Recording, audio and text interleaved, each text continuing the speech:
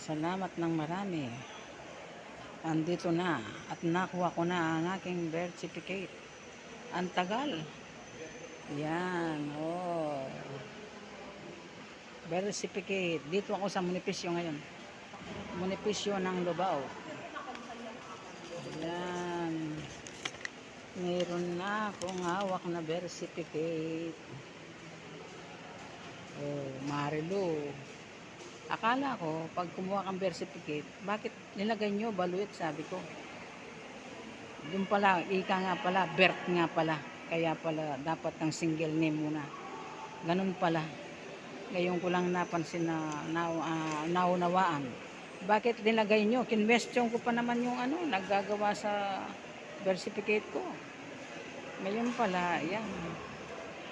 Tapos pala dito, ilalagay yung married ka na. Yan. Diba? Thank you Lord. May birth certificate na ako. Nandito ako ngayon sa Lubao. Sa munisipyo ng Lubao, Pampanga. Meron na akong birth certificate.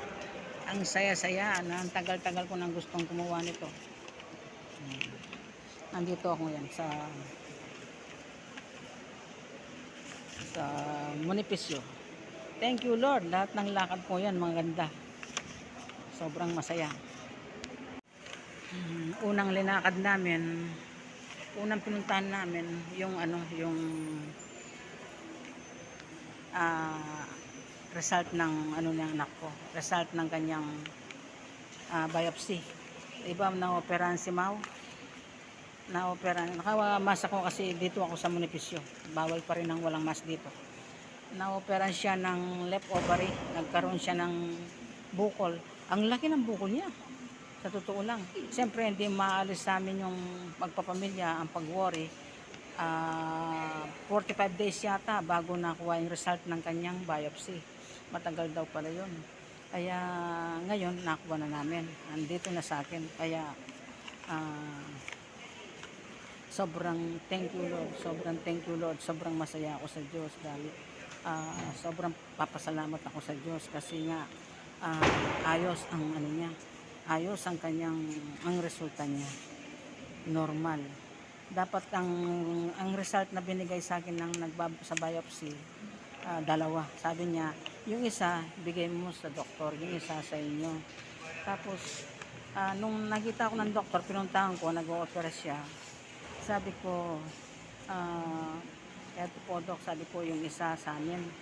Paglabas niya, ang sinabi niya sa akin, congratulations, good luck for the baby.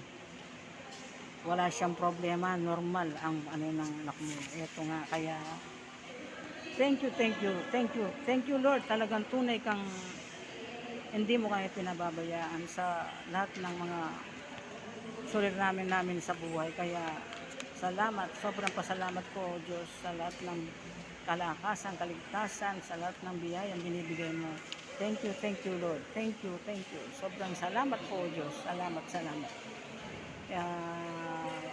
Pinupuri kita at kataas-taas ang papuri o Diyos. Walang sawang pasasalamat sa iyo o Diyos. Salamat po.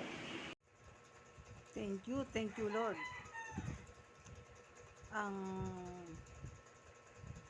sobrang magpapasalamat ako sa Diyos.